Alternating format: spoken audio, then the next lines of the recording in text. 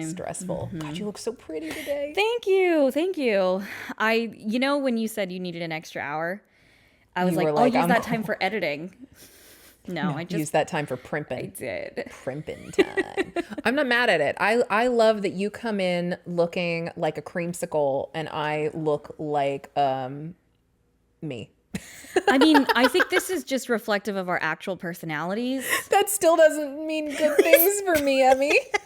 No, I didn't mean like as in we have shitty personalities kind of a way. It's just I'm dressed like a 12-year-old boy that's going to the aquarium. I would dress and I would dress like this to be a 12-year-old boy to go to the aquarium. I know, I've seen you. Yeah, I dress like this to go to the grocery store. You dress up. You're a dress up girly. I do. And I admire it. Thank you. I don't think I can do it. Thank you. I did not used to be a dress up girly. I appreciate that you made like the conscious choice. Yeah, I want to be a dress up girly. I broke my leg, and at that point I had to only wear skirts. I remember that. Yeah, when my leg was in the brace for gosh, I had it on for like I think 3 months in total. It wasn't a broken leg, was it? Was the ligaments. Your ligament. Yeah, I broke my leg. I tore my ligaments, and couldn't wear pants. So it was nothing but skirts and dresses, and it was just like, all right, that's it. This is me now. Gotta dress it up. Yeah, this is me now. Great.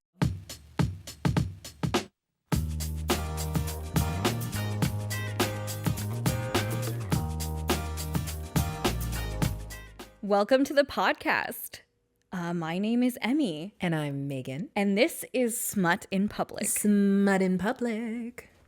I really want to do a shout out to our musical collaborator. Yeah. Her name is Imani Coppola.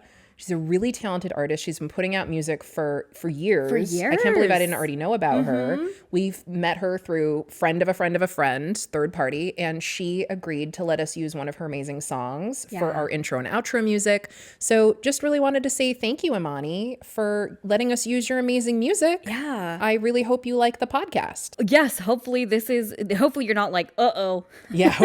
What have I done? These girls. The track is Naked City. Please check it out. Yes, yeah, check it out on Spotify. A fantastic discography, and she's still releasing music. Yep. So yeah, please give her a Spotify listen. Follow her on something. It was just... Yep, and her name is in the credits. Yeah. So if you aren't sure how to spell Imani Coppola, although it's spelled exactly like it sounds, you can reference her in our credits, and you'll be hearing her groovy tunes. Thank you. Every time you listen. Emmy, beaches are not actually sexy. No. They are not sexy.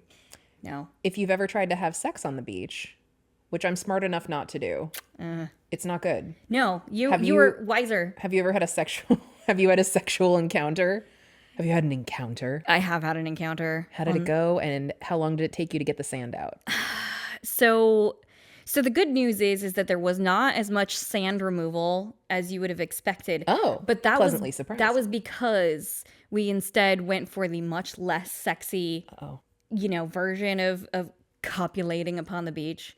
Let me start style. Sorry, that just seems like the most practical choice. No, yeah. Oh, you did. Oh, great. Again, got it in one. Maybe it was dolphin style in dolphin this case. Style, dogfish style. Is that a real fish? It was the middle. It was the middle of the night. We'll fact check it later. It was the middle of the night. So there was no, we live on the coast. So there is many an atoll that is absolutely abandoned in the middle of the night. That was a good vocabulary word. Oh, thank you. And actually we're right along a shipping lane. Oh. And so on an absolutely clear night, which this was, we could see the ships basically going along along the water. That was the most romantic part. That's the part what I keep and recall and remember. Right. So I'm like, watching the ships along the ocean. Because the rest of it was... Doing it Harbor Seal style was not the sexiest part. Yeah, there was a point where I think my hands were on like a sand dune. And it was freezing. Oh, right? Of course, so we're like, it's California, it's northern California. Yeah, so it was like, still sort of like, even though it was clear, it was still kind of misty and just chilly. So I think we had hats on, we had like sweaters and also like wind parkas on, right? And it was, the rest of it was just, I think what happened was we were literally like, this is the only opportunity we're ever going to get to technically check this off of our list. So you weren't even really horny. You were just like, hey, shoot our shot for the story. You had sex on the beach for the bit. I did it for the plot. You did it for the plot. Yeah. Well, that I can respect. Thank you. And I checked it off. I checked it off the list, and I'm here to tell you guys, it really isn't as sexy. No, don't bother. Just don't bother. Don't bother. Find another place. Pick a different spot. Get a hotel that like has a view. Oh yeah, of the water. Of the ocean. Yeah, no, that's great. And then just do that. That would have been a lot more romantic. For my honeymoon, I'm married. Yeah. So my husband and I, we went to Hawaii, which is a great place to go for your honeymoon, especially again when you're a California person. It was my first time in Hawaii. I loved it. And my husband mostly loved it until he lost me in the ocean, which did happen while we were snorkeling. So we went snorkeling, I want to say 3 or 4 times, because I love swimming. Oh, especially in Hawaii. 100%. I love swimming. I love being in the water. I grew up like in California. I grew up around pools. I went swimming all the time. I'm a water baby. And we went on a couple tours, but then we also just like got our own snorkeling equipment and we're like, let's go explore and let's go snorkeling. And I remember there was this one beach that we went to, and I always want to stay in the water longer than my husband, which is fine. Does he sort of like, he taps out really, he's like, hour, good. Right, exactly. He's like, okay, 30, 40 minutes. I got it. There's fish. Right. I get it. You've seen one fish, you've seen them all, Megan. Right. And so he is like, I'm going to go in. And I'm like, do you mind if I stay and swim? He's like, of course not. Have fun. Just like be safe. And an hour and 45 minutes later, I had completely lost track of time. I was following at a respectful distance a sea turtle. I was like uncovering. I was Ariel. I was living my absolute best mermaid life. And when I finally came to shore, my husband sat me down and said, we're not doing that again. Because he was like, I was doing the math on if I call the Coast Guard and you aren't in danger, it's going to ruin our vacation.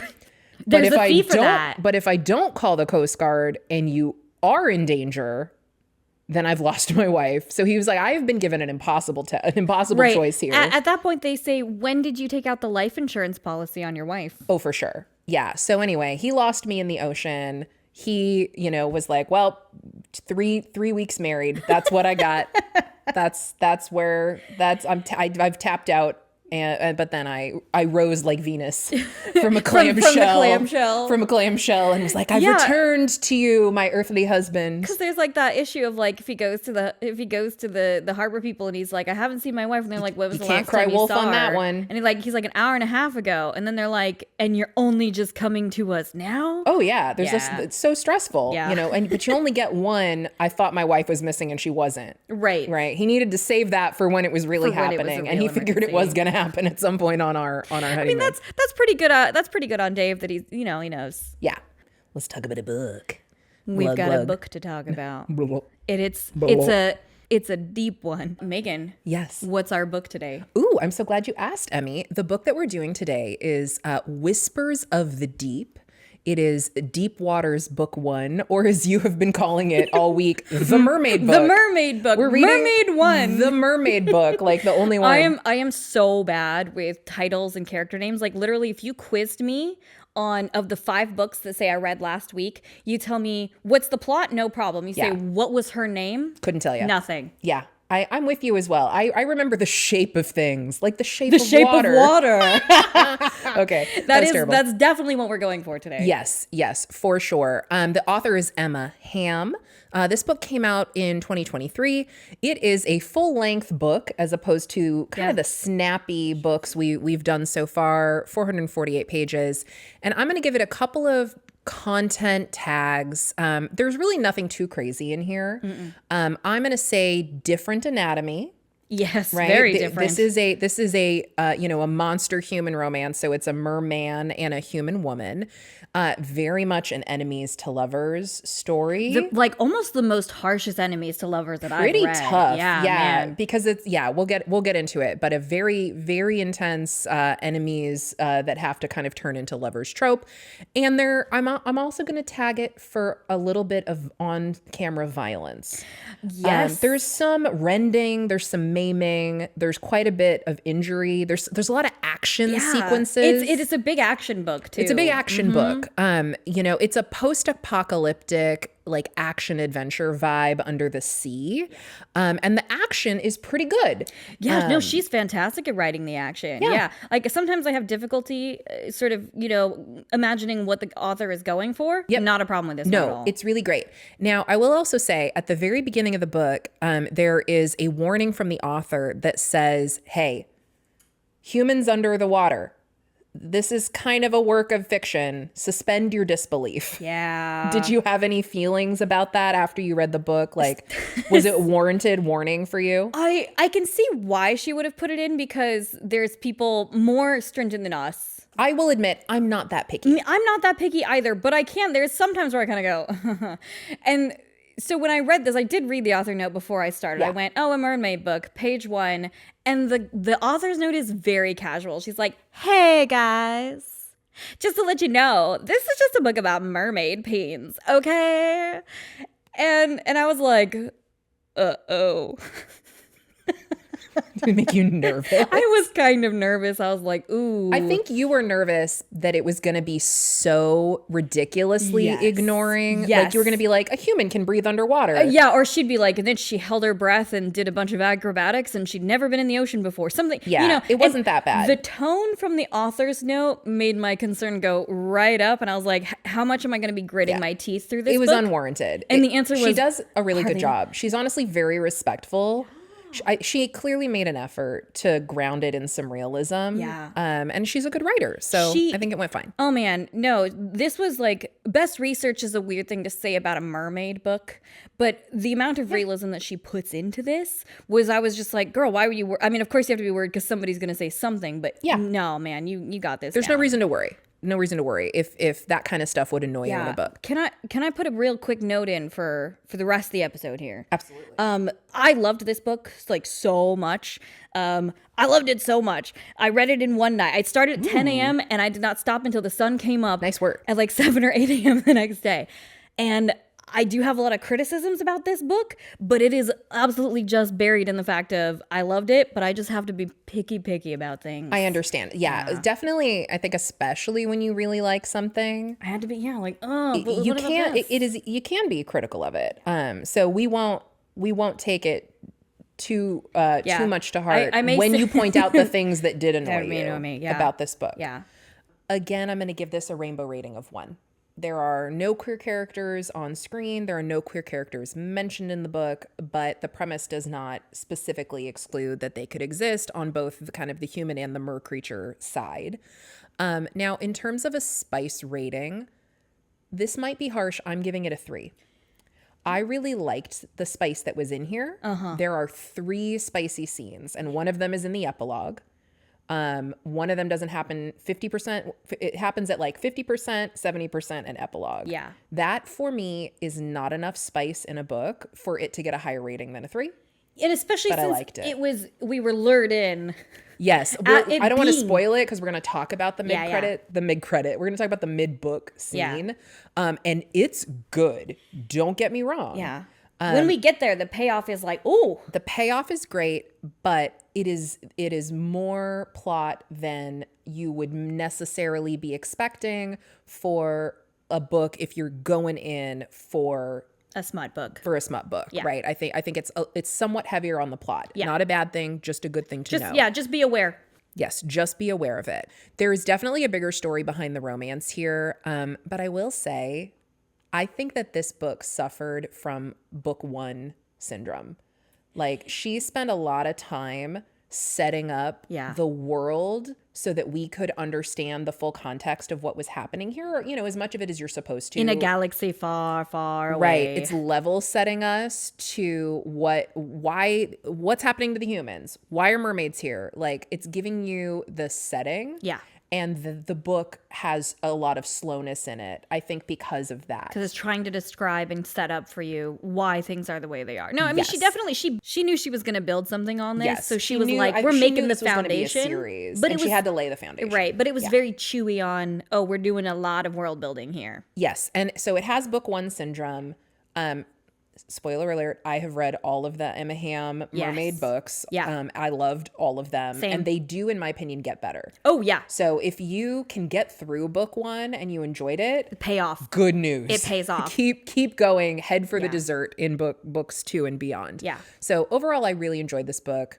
I wanted to be a mermaid when I was a kid. I am an ocean, river, lake, swimming pool. Doesn't matter. I love all water. So I was really excited about this book. As a person who wishes they could love water more, I'm a horrible swimmer, but I like the idea of the ocean and stuff, you know? Yeah, we live next to the Monterey Bay Aquarium, and so we used to go like every, I'm repping my Monterey Bay Aquarium We used to go shirt. like every year, sometimes twice a year, and just seeing like the magic of the ocean. It's heaven. This, you know, it was a lot easier to imagine what this book was and what she was going When for. you've been to a great aquarium. Oh, yeah. I agree with that.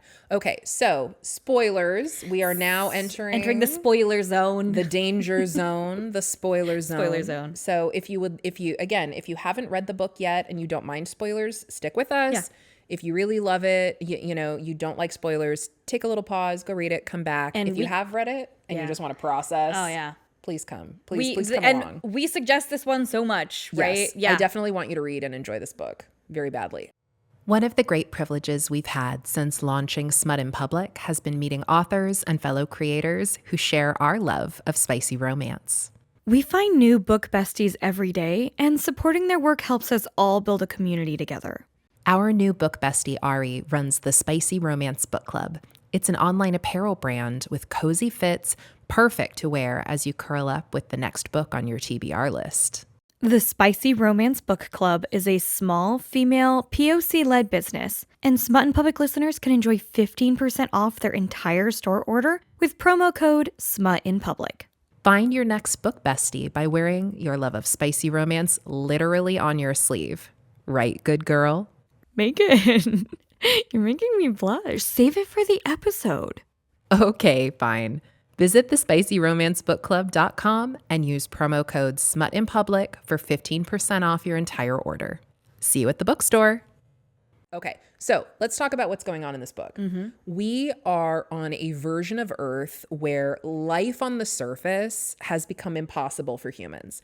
Now, it is not explained why it's become impossible, but the implication is that it's a climate issue. Yeah. There are horrible storms, there's lightning, maybe there was volcanic activity. Yeah, they make it pretty low. They're like, hey, that thing you heard about, global warming, It right? happened. It happened. It happened, and humans have only been able to survive by moving into cities that they have built under the sea. Yeah. So humans are living under the sea in these kind of dome style. Yeah, kind of these bubble really cool, cities like, we're going to talk about. yeah.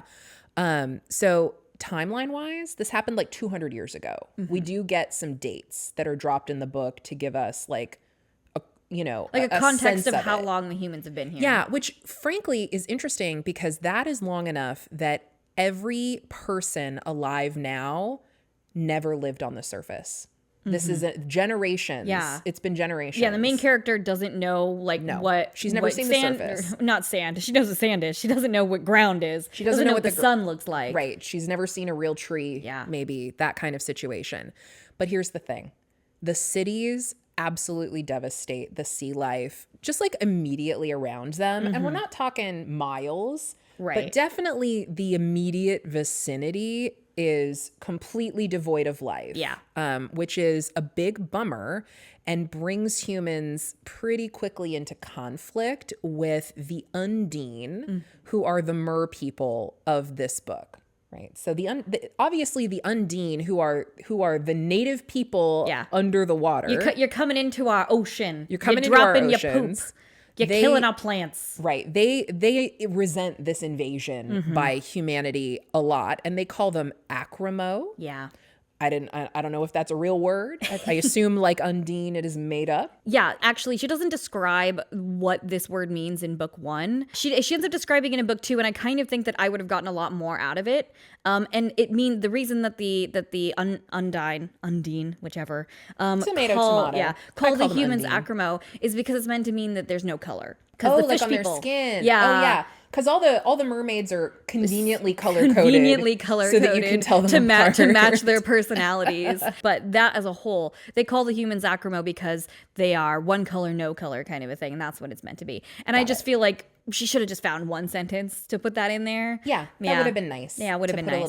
Put a little bit of an explanation. Yeah. So I think that they added it to number 2 because I think she realized maybe she forgot. I don't know. Yeah, no, that makes sense. But yeah, I think it's really important to understand that this is a multi-generational conflict that's happening between the humans and the Undine, the Acramo and the Undine, and there is blood on both sides. Right. They've been attacking cities. Humans attack them. There's no good people in this situation. There's just a lot of harm that is being done to both sides and by both sides. And there is a theme that I picked up on, whether the author intended it to be there or not, where we see over and over that like inflexibility and this tendency to carry grudges and like carrying on this sort of blood feud that you have inherited, and honestly blind loyalty to the authority that is telling you you have to continue perpetrating this conflict leads to harm in the books over and over again. Every character that holds on to that conflict and isn't able to let it go suffers because of it. And this is one of the reasons why I think this book was so good, because that's a very complex kind of like, we need to talk about intergenerational trauma and what it causes people to do later on. I feel very connected so meaty to that. It's very meaty. And the author also, they don't hit you over the head with it. There isn't, irritating exposition where they're explaining to you that this is there. For me, it's just what I picked up on. It's in the background and it's good. You get to pick it up as you go along. Yes, exactly. So we hear about a couple of different cities. Alpha is mentioned in the book, and that seems like it's the capital. Yeah. Right there. Everyone who is in charge of sort of human society these days lives in Alpha. They're rich. There is a brief description or brief reference to corporations that run these towns. Yeah. But that is a very small mention, and then I don't feel like in the other books it ever comes up again. It never comes up again. They're like the corporations, and you're like, oh, okay, and then they're like, that don't exist. Yes. So, okay, Alpha is just a town of underwater oligarchs. Yeah. Fine. Yeah. Beta, which is where we visit in this book, it's the only city that we see in this book, is full of engineers. And they make repairs on all of the cities, which is weird to me because wouldn't you want engineers in every city? Imagine if the only place you could get your house, which by the way keeps out the poison water outside, that the only place you could get that fixed is some guys living in Milwaukee. Yeah. Right? Yeah. Gotta call the plumber. Yeah. He's in Milwaukee. Gotta come all the way from Milwaukee. It's a long swim. Gotta swim over here. Yeah.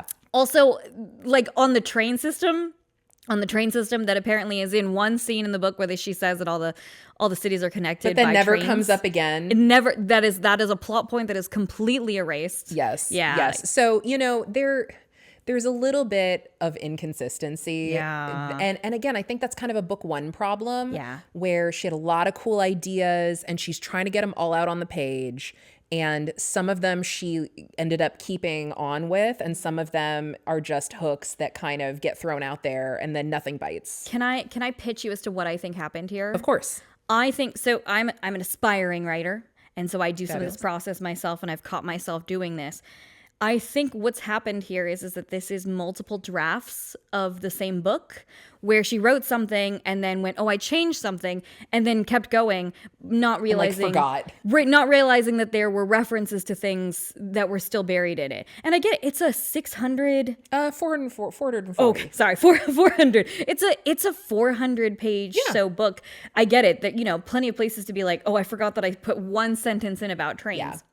But there's a couple places in this book where I go, I'm sorry, wait, what? Yeah, I do think Emma self-published this book. So, I get it. I get it. You did a great job writing us some pretty sexy mermaids. I'm not that nitpicky about some of the details that get a little bit lost in the flotsam. It did not stop my enjoyment of it. No, but it was distracting. On a reread, I was like, wait, hold on a second. It's more annoying on the reread because you're seeing it again. Yeah. Oh yeah, I forgot. What happened with those wait, trains? what do you mean about underground I thought there were underwater trains? tunnels connecting all these cities. Why did that guy show up in a submarine? Right, who was that guy? That guy? Were and we why? supposed to have known who that was? Yeah. So anyway, Beta is full of engineers, and they are presumably very busy because life underwater is precarious as hell. It breaks all the time. Yes, exactly. Salt water is constantly breaking, the equipment. It's eroding the ocean, metal. swooshing past your glass all the time. Exactly. Everything in this city needs constant maintenance. And if that weren't difficult enough, there are also black-eyed mermaids that are ready to murder you. That would like to destroy at the your drop of city. a hat, right? That fundamentally hate you because you've colonized these pieces of their previously thriving, ocean coral ecosystem, right? There's one other city that's mentioned. Actually, there's two other cities, but the one that I'll comment on is Gamma, which is that apparently they had a horrible flooding incident that killed everybody in the city. But like humans are like waste not, want not. And so they just they made the engineers from Beta pump all the water out. Go and try to fix it. And then tried to like recolonize it. So we Yeah. don't see Gamma on screen, No. but I assume stuff there is not cool. Like No, you're living in a graveyard, basically. Imagine draining the place and being like Ugh. finding the bodies, right? So morbid. awful. I'm picturing the Titanic because of the ocean gate I situation. had so much Titanic like thoughts about this. Yeah. This was so much in my head, like exactly what Titanic stressful. looks like underneath underwater. The part like, and a lot of the sort of the architecture that they have in there. To me, that was what I had in my mind was like the grand staircase in the Titanic. Yes. Well, let's talk about that. So, this book, the aesthetic of the sort of human side of the cities is inspired by BioShock. Yeah. Which I didn't really realize until I read it the second time Yeah. and noticed in the foreword the author mentions that it's inspired by BioShock. What did you think about that? And also, what does that mean? 'Cause Right. not all So of let our me listeners start have with those played of you that who are game. not familiar with the video game BioShock. BioShock is like a horror first person kind of video game from early like 2020, for sure it was like 2010, 2008. We'll fact check that. No, we won't. not early 2010s. Yeah. And it's several games. Yeah. They're all great. I've played all of them. Yeah, fantastic. I personally hate first person shooters. This was the only one anyone ever got me to play because the plot and the aesthetic were so It's cool. on my short list as well of acceptable ones. Yeah, I'm so sorry I just did that. the aesthetic of BioShock is underwater steampunk that has been flooded. Yeah. And it is dark and sort of very menacing through the whole thing. And even though you could see that somebody put a lot of, effort into some of these places, which they do mention happens in beta, there's places in there that are like glorious ballrooms, but they've all sort of gone to crap. They're decaying. The decaying. Yeah. Like the rotting wood because somebody decided to put wood under the ocean. Right. It's very much like that Art Deco vibe from like Great Gatsby, this era of human history where there was this opulence and things were gilded and there were crystal chandeliers. But a big part of that era is also the decay of that type of opulence and sort of moving then into like the depression and that. And this really makes sense because, like, again, the Titanic sunk actually, Yes, in 1914. it very much has that energy of like the hubris of man. Yes. And the folly, the depths that they'll fall to in their folly. So perfect it's setting. A beautiful vibe. Perfect setting for what she's got here. But yeah, even if you recognize like steampunk at all, just start there. Steampunk is what she's going after. Steampunk mermaids. Yeah. Art Deco mermaids for me.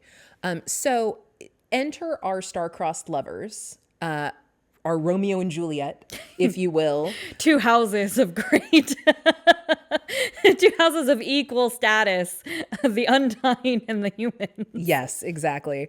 Argus and Mira. This is an alternating POV book, so we get alternating chapters of Mira and Argus, which I enjoy. Love to hear from the guy. I love to get the perspective of both parties in the romance. Yes. Mira is redheaded. She is an aspiring inventor. She lives in Beta, right? So she's an engineer, but she is an aspiring inventor, and she might live in close quarters. So all these cities, I assume you're living pretty tight. So you're probably like living in a submarine where you're all bunked in together. Right, exactly. But even though she's grown up here, she is living with all of these other engineers, she is absolutely an outsider. And so much so that eventually when she like comes down with a case of the kidnapped, nobody cares. No one cares. See ya. Yeah. One less mouth to feed. Bye. Yeah. Nobody cares. This is sort of like that thing where you went missing. It was like, how long would it take for anyone to notice that you've been kidnapped? And she's an orphan. Actually, they mentioned that she is an orphan. P.S. Both of her parents, I think, died in horrible engineering accidents. Said specifically that they were in the Gamma situation. I thought her dad was fixing Gamma afterwards. I assumed but that it doesn't matter. Her parents have died. They're dead in horrible engineering mishaps. Pre-story, dead parents, Disney start. Yes, exactly. Like all Disney princesses. Like all great Disney stories. And there's no stepmother. So she's an orphan. She's absolutely an outsider. And you know, something that again, maybe I'm filling in a blank space that isn't there because I enjoyed the book so much. I've been ruminating on it. I thought it was very interesting that she's an inventor. She talks about it. She invents this amazing rebreather that is a very important plot point for a lot of the book on how she's surviving running around with this Undine under the water for so long. Yeah. That she has her own like sort of superpowered oxygen rebreather that lets her survive. That just pulls from the water. Science fiction-y, which is fine. Yeah, good use of science fiction to make the story make sense. But she describes that she has created this invention and everybody kind of makes fun of her for it. Imagine poo-pooing the person who's like, I've created a mask that'll save you from the poison gas outside. And everybody's like, we don't need that. That's so stupid. We have this impractical giant wall of glass to protect us. Could you instead get into a giant robot and just be under the water in a bubble? So stupid. That's way more convenient than this tiny, simple rebreather that just fits on your mouth. Yeah. But so what that did for me is it felt like we were painting a difference between like the rabble and people who are thinkers. And I don't know how intentional that was, but definitely when the engineers are described in the book, you picture like people with bandanas tied around their necks, people who have wrenches on their hips, people who have dirty fingernails because they've been working, you know, they're doing like an honest day's work. Yeah. And that is the mental image that I feel like the author paints when they talk about people that are engineering. Yeah. And separating her and saying she's an inventor and then she's being mocked for being an inventor feels a little bit like blue collar people being pitted against a white collar person. Like you're the inventor, which means you think you're better than us. You think you're smarter than us. You think you're so clever. That's kind of getting those tension. Highfalutin ideas. That's like the tension that I feel like is drawn and why they're ostracizing her for having these ideas. You mean welding isn't good enough for you? It was good enough for your father. Yeah, it's like this, and I guess to me, it's getting back to this idea of this resistance to new ideas. Mm-hmm. The engineers in Beta are shoring up a city and a system that's fundamentally broken and breaking down. Yeah, and is not giving anyone what they really want. But they don't want to change it. Yeah. They just want to keep patching the crazy glass wall over and over and over. They don't want to invent a better way of doing it. Man, that's deep now that I think about it for society. Maybe I'm filling in blank space that the author didn't mean. I mean, maybe she didn't, but this is definitely what we're getting from it. It's what I got out of it. That they're just going to continue fixing the ship rather than build a new one. Right, exactly. Yeah. Like, let's just shore up these systems that benefit some of us. Yeah. But don't benefit enough of us. And like, let's be hostile to new ideas. So anyway, Beta is very hostile to new ideas. Yes, right? Which is, again, weird because you'd assume anyone would not want to say, if you've lived in a submarine your whole life, anyone being like, I've got an option to let us not do that. And you're like, nah. That's the thing. But that's what I mean when I said earlier that over and over characters that like slavishly hold on to old ideas and the old way of doing things are punished for it. Yes. In this book, which I get. I appreciate it. It's consistent theming. Mm-hmm. Okay, so Argus, he is our very attractive Undine. Again, muscles and fins for days. Fins for days. He is the blue one. So if you aren't sure which Undine, they are color coded. He's the blue one. He's the blue one. All right. And this is not your Disney merman. Okay. No. He is a ocean predator. He wants to kill you. Yes. Sharp teeth, eyes all black, right? No, whatever the white of our eyes are called. Corneas. Yeah, there is a really nice word for it, and I forgot. I think it's cornea. Well, we'll go with that. Again, we don't fact check. No fact checking allowed. Claws, spines up his back, right?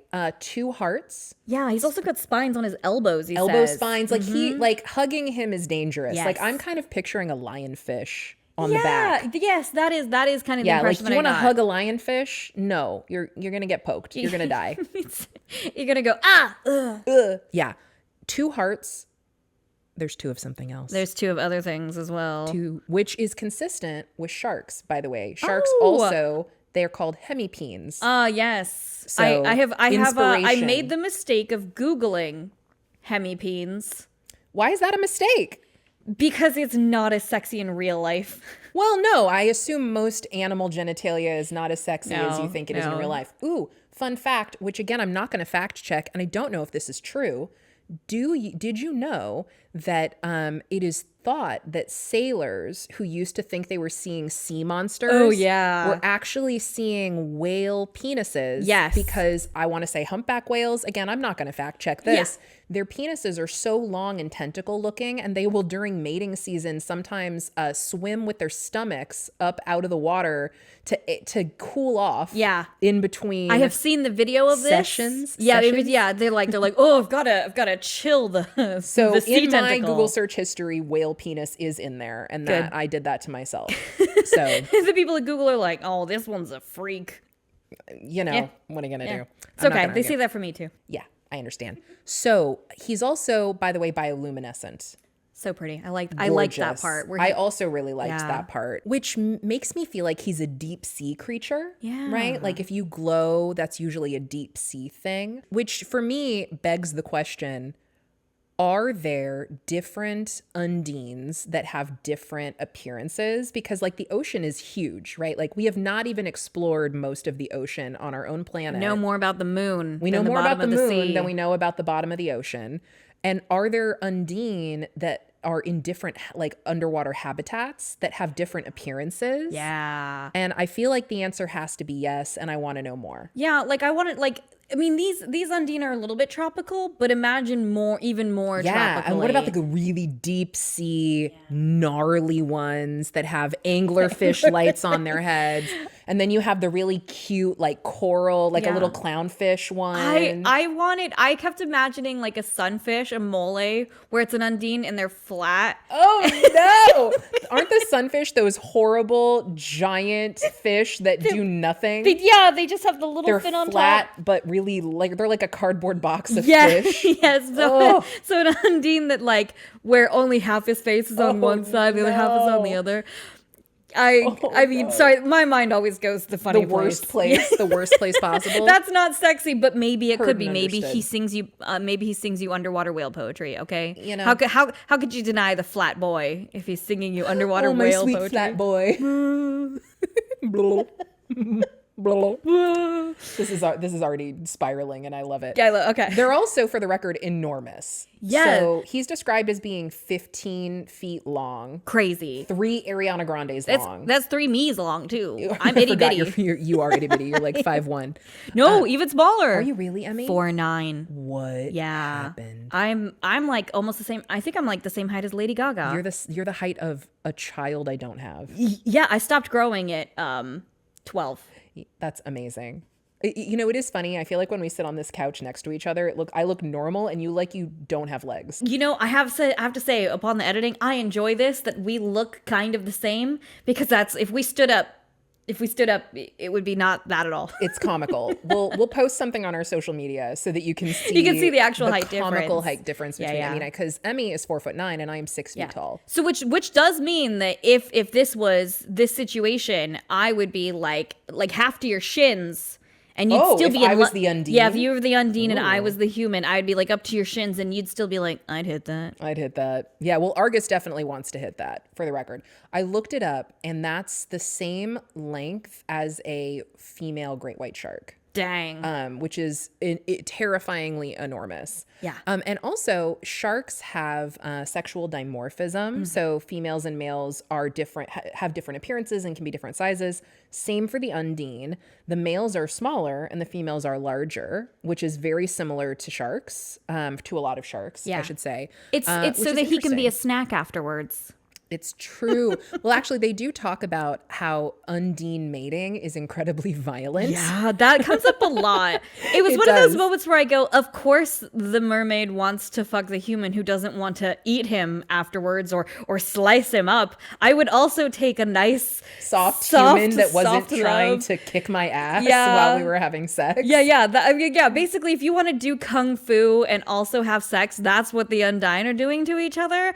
And I would totally get it if he's like, oh, you don't want to poison me? He does talk about it. Delightful. He does talk about it. He eventually, when he's sort of like talking to her about her body, he's like, you don't have any natural defenses. You don't. There isn't a spike to be seen on your fleshy single colored body. Yeah, and she's actually like, do you want me to hurt am you? I not enough? Do you need me to have? Do I need to stab you to make you get off? And he's like, no, please, please don't stab me. No, please, this is nice. Honestly, a nice break from all this stabbing that I've been enjoying, because I'm a hot. He Undine. does say he's gotten some. Oh yeah, in the past. This man's been bitten by a lady. He's been by a lady Undine before. All right.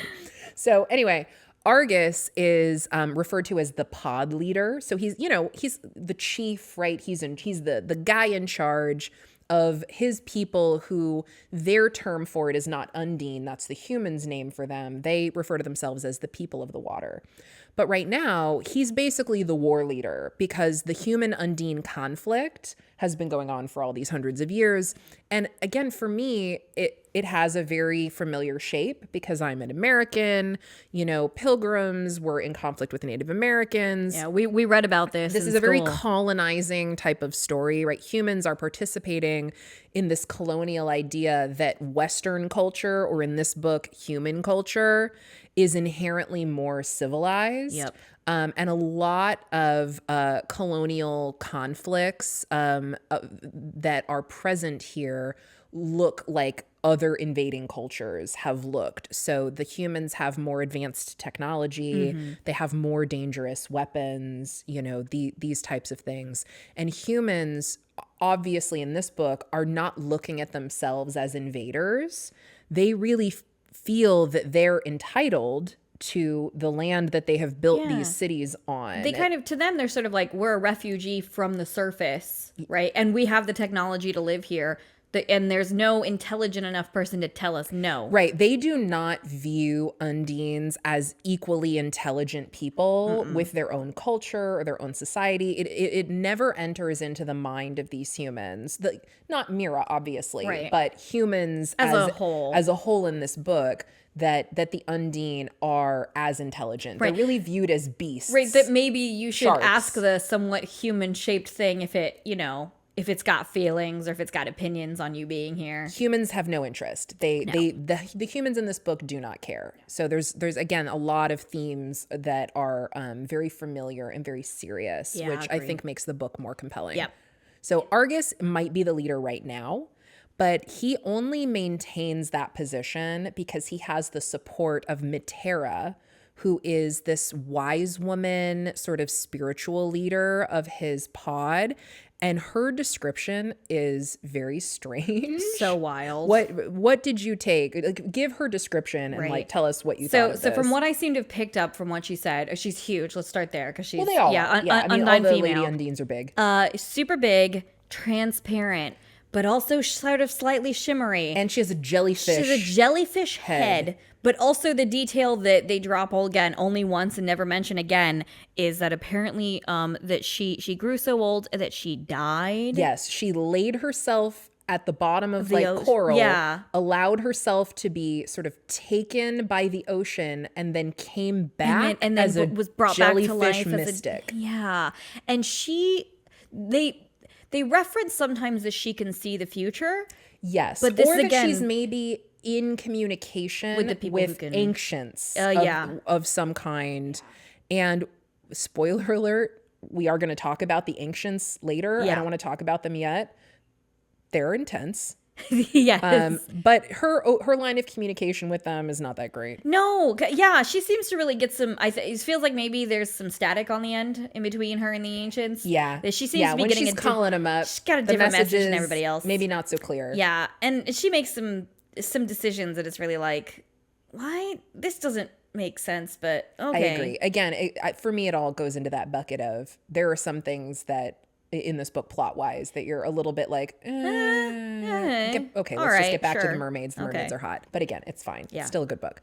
So Argus is staking out Beta, and he's looking for weaknesses because, you know, these human cities have cameras, like weapons on the outside. And he's really good at finding the weaknesses. They specifically say he's done this a lot of times. Yes, he has done this before. There have been other attacks that he has led on other cities, maybe even Beta, that have been successful. So humans are like on the lookout for undines. Like, you know, if you see an undine swimming around a city, it's bad. He's trouble. Is trouble, tell somebody. And they have a lot of defense mechanisms. There are flamethrowers, there are guns, maybe underwater laser weapons. I assumed from what they said, because flamethrowers underwater. There's a big mechanical arm. There's an arm, that that snaps them and grabs them. It seemed which is very BioShock. It seemed like it was ray guns.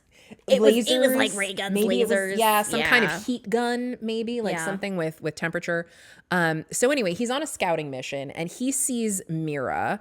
And again, most humans, if they were to see an undine out in the water, they would either be terrified or really angry. Like, I hate you or I have to run away with you. But Mira's reaction is just curiosity. Oh, cool. Oh, he's kind of interesting looking. Oh, he's kind of hot. I mean, he is. And that makes her memorable to Argus in a way that most humans are not necessarily. But that does not keep him from trying to kill her. No, he's like, immediately. Oh, you're not afraid. Be afraid. He, for the record, bodily smashes through a giant glass wall to murder her. Yeah. Which starts a series of events where Mira and Argus end up sort of accidentally on purpose having to save each other's lives, which confuses Argus even more, for the record. He's like, normally humans have two reactions to me, and curiosity and saving my life are neither of those reactions, and I don't really know what to do with this. Yeah. So he reports back to Matera and explains what's happening, and she gets a vision from the ancients. The ancients have told me. That you should kidnap that girl. And get her to spill all of her secrets. Pump her for information. Do it. So Matera basically goes, go get her. Go get her and see what you can find out from her, because she's not afraid of us and maybe she'll spill the beans. Okay. So Argus nabs her while she's out in the water repairing the damage from Argus's attack. Yeah, from the initial attack. Yeah. And again, she has her little rebreather that she's invented. So drowning is not an immediate issue. And from here, we move into, for me, what was a very slow part of this book, where the characters have to be forced into close quarters slowly and organically so that you can have the feelings develop. Yeah. And so that like enemies to lovers evolution can feel natural. She has to be in enough peril to make it seem legitimate. Yes. But she also has time. Yeah. And she has to have enough time to wear into liking him. Yes. Because it's a romance novel. Correct. And so that part felt slow for me, which I am going to talk a little more about. But how do you feel about kidnapping as a meet cute? Oh, 100%. I'm in. You're in? I'm in. I'm kind of into it too. I think everybody's got a couple of like something inappropriate that they like in their things, you know, and I'm into the kidnapping. I super love I have to love this person or I need to get them to like me so that I don't die. Ooh, right? Kinky, Emmy. I guess. Kinky. Why is that what I like? Let's not go into it. But also in the confines of a romance novel, I find it okay because there will always be the opportunity that she has to leave or she gets to go back and then she gets to choose, right? Yes. And to me, that's a lot more ethical than real kidnapping. That's true.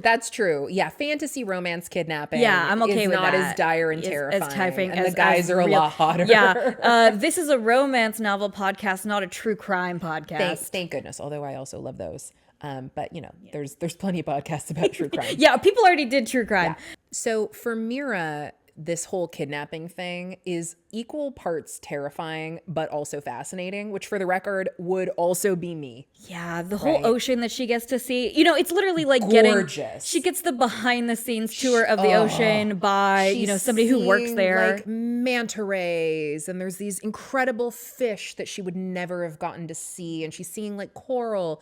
She's having... my fantasy is what's happening. You're like, please kidnap me next. It's incredible. But she is also being dragged around to random deep sea caves and like a weird abandoned human outposts from all these hundreds of years. And they get real realistic that she's covered in salt and that her skin is sort of like she's having a tough apart. time. Yeah. Yeah. She's sleeping on the ground. She's only eating fish. Yeah. But like, let's be honest.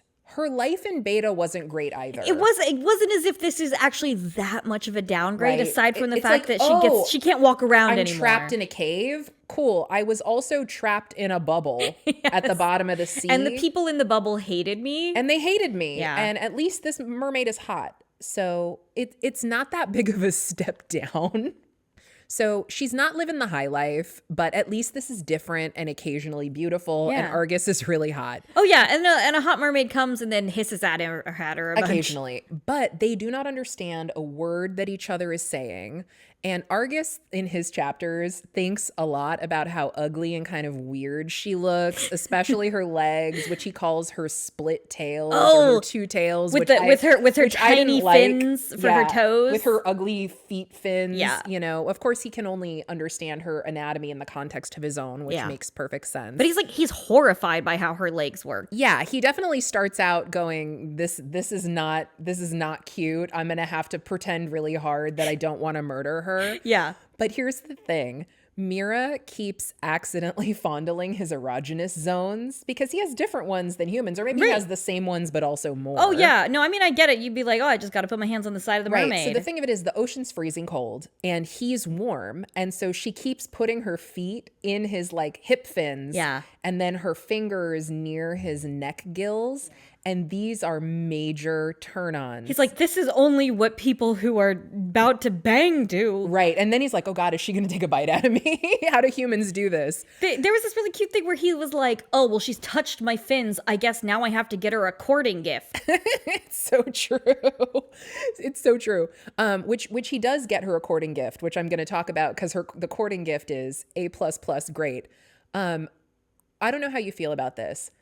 Knowing that his mission is to get information from her, and her realizing that if she can't communicate with this merman, that she is probably going to die from malnutrition under the water. They made so little effort to understand each other. Yeah. No, like there is maybe one scene where she's like, eyebrow, hair, fish, and then that's it. Yeah, like I guess you got to start with the basics, but that really should be working up to I would have a project plan. Like when going home. I'd be like, take me to a cave with a whiteboard because I need to draw you some diagrams can we write in the sand or something? Oh, right. Oh man. It was so aggravating how little effort it felt like they put in. No, not even basic hand signals. Yeah. They didn't even work out hungry, thirsty, tired. Yeah, to me, the fact that the Undine don't have some kind of underwater sign language is because wild. They make whale noises, which you can hear, like real whales, you can hear for miles. So the fact that they don't have like a, hey, you coming over later? Right. It feels like they're just in their village screaming at the top of their lungs all the time at each other. And it was like, I get it. It was cute that he made kind of whale noises, but I was like, let's be kind of practical. There has to be. Especially there was enough time in this book to do more exploration of learning each other's language before they're given an incredible shortcut. The plot shortcut. The plot shortcut. So when he goes to get Mira a courting gift, she receives the plot solve for the language barrier. Argus recovers a metal box from the ocean floor, which turns out to be a droid, a pretty advanced droid named Byte, B-Y-T-E. Yeah. So cute. Literally, who does not love a charismatic robot? I imagined like Wall-E for this. Oh my God, so cute. With the a little little grumpy. eyes. Yeah. Like, Byte has a big personality and is a little grumpy, and I love Byte. Well, anyone would be grumpy if you had been on the bottom of the sea for like 170 years. 175 years. Yeah. They give you the specific math on how long that poor little guy has been down there. I got dumped on the bottom of the sea. Also, for being a droid in a water world, he is not waterproof. Not that well equipped. No, and they none of their technology is, though, and that's kind of the whole vibe. Is that it's like they're not meant to be down we tried here. to make it, and it's not waterproof. So it is. There's a lot of plot points of where she's like, I want to take Byte, but I can't because he's not waterproof. Yeah. Well, he is if he in a box. If it completely seals itself closed and does not talk or interact at all, if it just becomes a box, then it is safe to move it around in the ocean, which she does multiple times. Yeah. But that pretty much prevents it from doing any of its droid he goes off screen anytime that they need to get in the water. Yes, exactly. So, or he gets left behind in the cave, basically. He's just like carried for transport and not interacting during their transportation. So Mira finally has a friend, in her first friend in her whole life. First friend of her whole life, like. And somebody that speaks her language. Yes, and bonus, Byte can synthesize language chips that will allow you to instantly understand one spoken language if Byte already knows that language. So pretty quickly, Mira gives Argus one of these chips, and now he can understand Mira.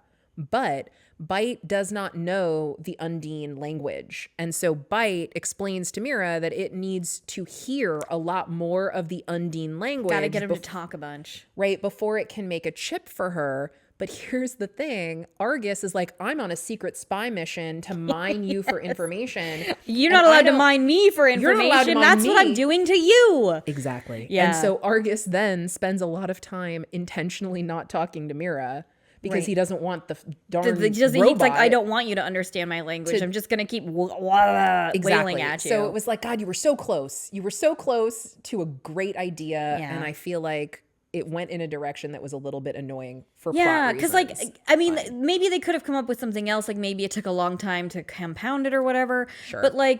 But then I did actually like the dynamic of he could understand her, but she couldn't understand him. Oh. And it leads to a really great moment, which I'm about to get to. Honestly, one of my favorite spice scenes in any book I've ever read. Same. It was so memorable, so visual, so memorable. So let's do the setup on what happens, and then we're going to talk about how good it was and why. Get into it. So Argus is not making progress in this whole Mira plan fast enough. He's got nothing from her. He's got nothing. And frankly, I felt that way too. For me, like the first half of this book dragged once they were on, Cave Swap, an episode of Cave Swap. The cave swapping. So he's supposed to be grilling Mira for information, but he doesn't want to let slip that he's planning to kill everyone that Mira has ever known. And he's also getting, confusing fish feelings. She just keeps putting her hands in my gills. How am I supposed to feel about that? But he does acknowledge to himself that he's starting to wonder, how does this end exactly? Where do we go with this? Because it feels really unlikely that Matera and my pod are going to let me put her back in the city. Right. Plus, we're trying to kill all them. Yeah. Is she gonna move into my coral cave? Is she gonna live in this shitty cave forever as a pet? What is my end game? Yeah, he did not have an out when he started this plan. And he starts panicking that he doesn't have an out for how to resolve this in a reasonable way. And he's kind of starting to think there's going to be a lot of pressure to kill her. Oh yeah, and there starts becoming the pressure. I feel about. He doesn't know how he feels about having to kill her at the end of this, and he's starting to get really conflicted. Because she talks now, and he knows that she has a name. That's right. She's a person. Yeah. She's becoming a person to him now, and especially once he understands her language, he's getting to know her very quickly. Yeah. Right, and understanding more about who she is.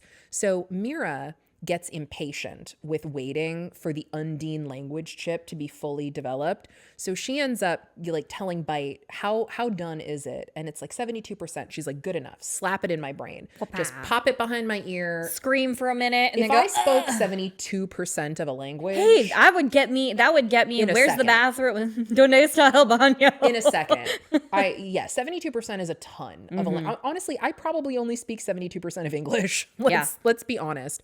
And it's never a problem. She never really runs into words that she doesn't understand. It never really becomes a problem after It never that. becomes an issue. So she now has a chip and he doesn't know. And he ends up swimming her to this really picturesque underwater spot that has these hot sea vents because she's freezing cold. Like it's so cold under the water. Yeah. And he's holding her, and there's this part where she's like, well, if I'm wearing my wetsuit, but it's meant to keep my temperature, whatever my body is. And right now it's keeping me cold, not warm. So I guess I should turn around. Yeah, because you could turn around so I could take some of it off. I take my wetsuit off. And he starts saying some really dirty shit to her. Like, he's like, I know you can't understand me. Exactly. And then he's like, I know you don't know what I'm saying, but she understands every word. Oh, yeah. And she has to be like, she's trying not to react. Just keep wailing at me. No idea what that means. And he's like, I want to touch your boobies. No, it's way sexier. It's so much sexier. It's so much sexier. I can't even do it justice. No, he whispers the kinds of things that if like a man whispered that to me, I would be like, panties off. Wet. I know we're in the ocean, but even doesn't wetter. matter. Yeah. P.S. Underwater sex is not sexy. The scene was just. It was so good. chef's kiss, so good, and I want to call out. I'm not always into someone being able to smell when you're aroused. This is a really common thing. This is a very common theme in romance romantasy, novels. where these men are like, they're elves or they're werewolves and they have heightened senses and they can tell when a woman is aroused and is enjoying what's happening. But they're underwater. He is a shark. I fully accept and understand. And in this scene, spectacular. Yeah, when he like, you specifically like the smell of her being aroused is in his gills. In his gills. And that he keeps it under his scales so that he can smell it later. Dang, man. Oh, dang. Boy. Okay, I need a mermaid boyfriend. Oh, it's so nice to be appreciated. Yes. It genuinely is a scene I will remember and that has become for me almost like the measuring stick of a sex scene that doesn't actually have any penetrative sex. Yeah. And this is an anticipation only scene. Yeah. I couldn't believe how good this was for an edging scene. For an edging scene. Yeah. I mean, the fact that this almost was more memorable than any of the rest of the sex that's in the book. Emma Hamm. Good work, Emma. So good. Good work, Emma. We love it. So good. Love that scene. Yeah. And I really do appreciate someone who knows how to write buildup like that. This excellent. Was so much tension. This one, like the screwdriver just went even more tension. The tension itself feels like a payoff. You know you're doing a good job. Yeah. So anyway, we've congratulated you enough, Emma. Great work. Great work. We loved that scene. A little annoyed it didn't happen until 50% of the way through the book. Yeah. For the record, yeah. You could have put more sex in this book, but I forgive you, and I will read every book that you write. Please keep writing books. Yeah, we'll pre-order. We're gonna pre-order. Okay, so let's get to the conclusion here. We're building to the final act at this point. Once that scene happens, and Argus and Mira are kind of locked in on each other at that point. You know, Argus has been expressing his feelings to her for a while now, and Mira only is just noticing it because she has secretly put this chip in her brain. She's like, oh, I can hear the sweet nothings he's whispering now. Now they both are sort of realizing that the feelings are growing on both of their parts. Yeah, that they're mutual. But here's the problem. Mira is getting sick. And it turns out that even with that warning of like suspension of disbelief, the accuracy that is written in because humans need sunlight, even if it's artificial. We need vegetables. And we need a varied diet. Yeah, we need to not be constantly wet. Yes. Apparently with suspension of disbelief, vitamin deficiency still exists in this world, which I'm grateful for. I was happy with that. Yeah. I was so happy with it. It totally made sense. Yes. It's like if I was surviving on only fish, there's no way that I'm going to be my best self after Oh yeah, I love sushi. But a month of sushi. And she's eating whole fish. Yeah. This poor woman. It's not like someone's already prepared it for you and you don't have to do the gross parts. Argus is like slicing the fish open, for her, tossing the guts out. And she's just raw dogging it. So she, that's starting to not go well. And it's getting more and more noticeable to both of them that she's not doing well. The Undine are getting very restless. They want to make with the killing. Okay. Yeah, they're like, hey, when we doing the murder? When are you done getting the info so that we can do the murder? The whole point of you kidnapping this human was to get information to help us do the murder. Yeah. And that doesn't seem to be happening on a timescale that we find appropriate. Correct. Like you're dilly-dallying at this point. And no one... Stop dilly-dallying with that that acromo. And no one is more angry than Deus, who he's angry because he's the red one. He's the red one. He's the red one, so he's pissed off. And Argus, for his part, is super conflicted. He does not want to betray his people, but he's having like mating bond style feelings for Mira at this point. And he really, really does not want to hurt Mira either. And he understands that going to the logical conclusion of what his people are expecting here is going to end in Mira probably dying. Yeah. So he eventually decides that he's going to just go ahead and consult with the ancients himself. Yeah, he's like Matera doesn't seem to be getting good the signal. Middle fish. I'm going to go straight to the man. We're going straight to the head honchos. And it turns out that the ancients are giant building-sized anglerfish that live at the bottom of the sea, and they're so big that they can't move anymore. That they're just stuck on the bottom of the ocean They're just stuck on the bottom of the ocean, and the way that they survive is that the people of the water will send down sacrifices to them. Like they'll kill fish and sharks and things and just let them whale fall to the bottom of the ocean and then let these fish eat them, which like that sounds like the life. That's just actually how the ocean works. It is very much how the ocean works, for sure. And they show him visions. And this, the long and short of it is you got to choose, buddy. Mm-hmm. You can have her or you can have your people. You don't get to have both. And Argus goes, hell nah. I'm going to find a different. How about door number 3? Hell nah. Door number 3. So thankfully at this point in the book, which is like sort of the back third of the book, the pace picks up quite a lot. The third act is, I think, twice as fast as the rest of the book. It absolutely is. And so Argus ends up finding this really fabulous dome for Mira to live in. He literally says, I let the ocean guide me. Yeah. Right. It's okay. Deus Ex Machina, no problem. It's like a private bubble cottage. It even has... No, it is. It's like a bubble cottage. That's absolutely what it is. And the glass bubble, because it's sort of partially submerged, acts as a greenhouse. Yeah. And some human used to live here, and they planted a garden, and now the garden's all overgrown, but it still has edible food. Got a bunch of zucchini. Yep. So that vitamin problem is fixed like that. Yeah. And it's not just any old dome. We end up finding out that a human woman, and her Undine lover lived here about 100 years ago. And this was their little bungalow. Yeah. Right. That whole thing of where he finds their skeletons. R.I.P. So sad.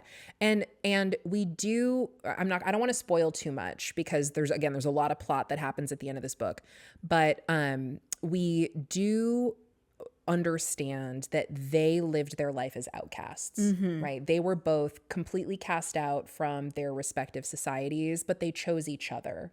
And that really kind of inspires Mira, honestly, to sort of make the final commitment. To be like, oh, it is actually possible. Someone did it. Someone did it, and I want it to. Yeah. And Mira gets there a little bit sooner than Argus does, but Argus gets there eventually.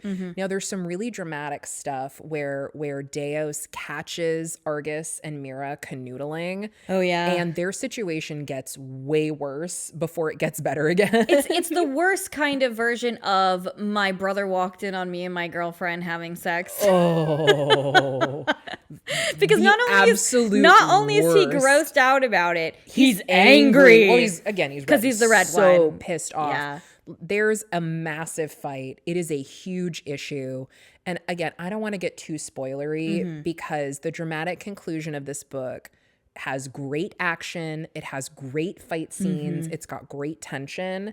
And I think it's done really well. Yeah. But that is where I'm going to leave the story. Yeah. Now, what I will say for my kind of just wrap at the end is this is a happy ending book, and it does not end on a cliffhanger. No. So you don't have to stress about that. But it also clearly leaves the door open for future exploration of this world. Every book, this isn't that surprising, has a different Undine Acramo human pairing, right? And each one also visits a new city, which is great. And I know that the second book, which again I loved, is Deos. So he kind of gets taken down a peg or two, which I appreciate, because this guy is so angry and so self-righteous. He needs to eat some humble pie. He needs to eat some humble fish pie. He needs to eat some humble fish pie by falling in love with a human. And then, to be disgusted with himself for doing exactly like his stupid brother did. He deserves to have that arc, and he gets the arc that you're hoping that he has. They set up the complete premise of book number 2 in the epilogue. Yes. So, they lead you right on. If this is what we finished with, this is where we're going next. Yep. And so you cannot read these books out of order. No. You have to read them as they came, because if you don't read one, number 2 won't make any sense. You're going to miss a lot of emotional buildup, and a lot of like seeing the consequences of people's actions, which is really satisfying. So definitely don't read them out of order. Emmy, what did you think of this book? I know you said you loved it, but is there anything that maybe you wish you had seen more of, or that you hope is in future books? I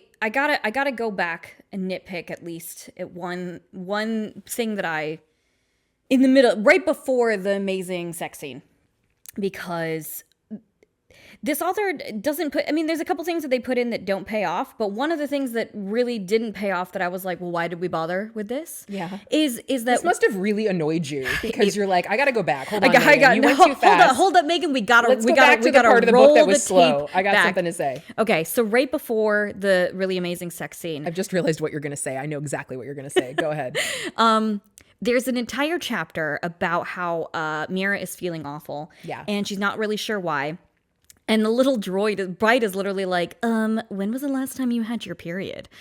And she's like, number one. I'm so mad that this is in the book. She's like, number one, shut up. But number two, ooh, yes, you're correct. I'm on my period.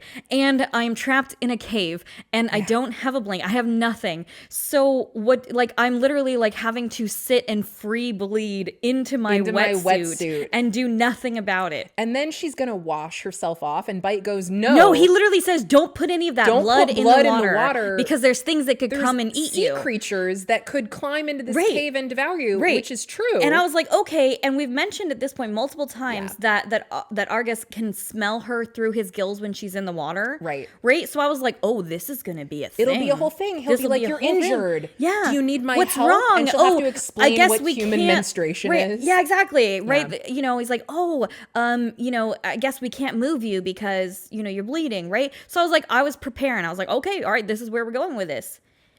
No payoff. It never comes up again. And in fact, most infuriatingly to me, it doesn't come up 5 minutes later. No, when he shows up and doesn't apparently smell any blood. Doesn't smell anything. Then they go to the vents and she says, can I take off part of my wetsuit? I'm going to take off part of my wetsuit. And she again said, I've been free bleeding in my wetsuit. Nothing. Gone. So I have a question. Are you more annoyed about the trains, or are you more annoyed about the free bleeding? I am more annoyed about the free bleeding. Understood. Because the trains had one sentence, the period had a whole chapter, right? And I was like, and number one, when it first happened, I was like, applause. Yeah. Applause, because I was like, thank you for mentioning. Menstruating is not something to be embarrassed about. Put it in a book. Please, talk about what it's like to adventure underwater on your period. I was like, this is great.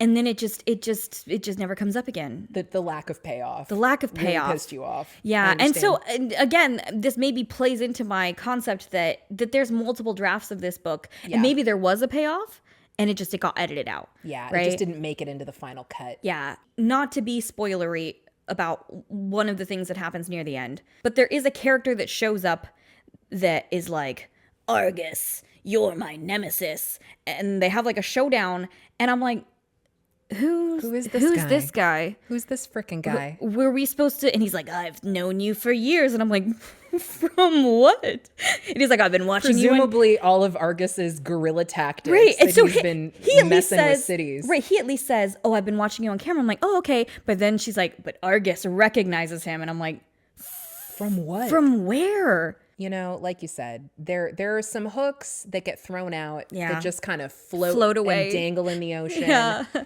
It's washed not- away with the Yes. waves. It is. Yeah. It is an ambitious story. Yeah.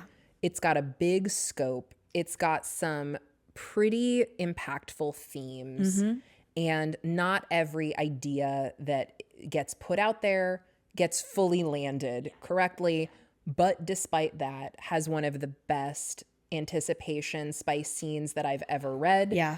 And I am absolutely ravenous for more books. So thank you so much for joining us on this episode of Smut in Public. Smut in Public. I hope you had a great time. And I hope that you come back for the next one. Thank you. We will read more Smut and we will report back. We will. And I think actually our next book is also going to have a little bit of a sea creature theme. So get ready. That was the Get ready for that. That's your tease. It's my tease. That's what your more that's your more tease. tentacles are forthcoming. Indeed. All right. Thank you so much. Bye.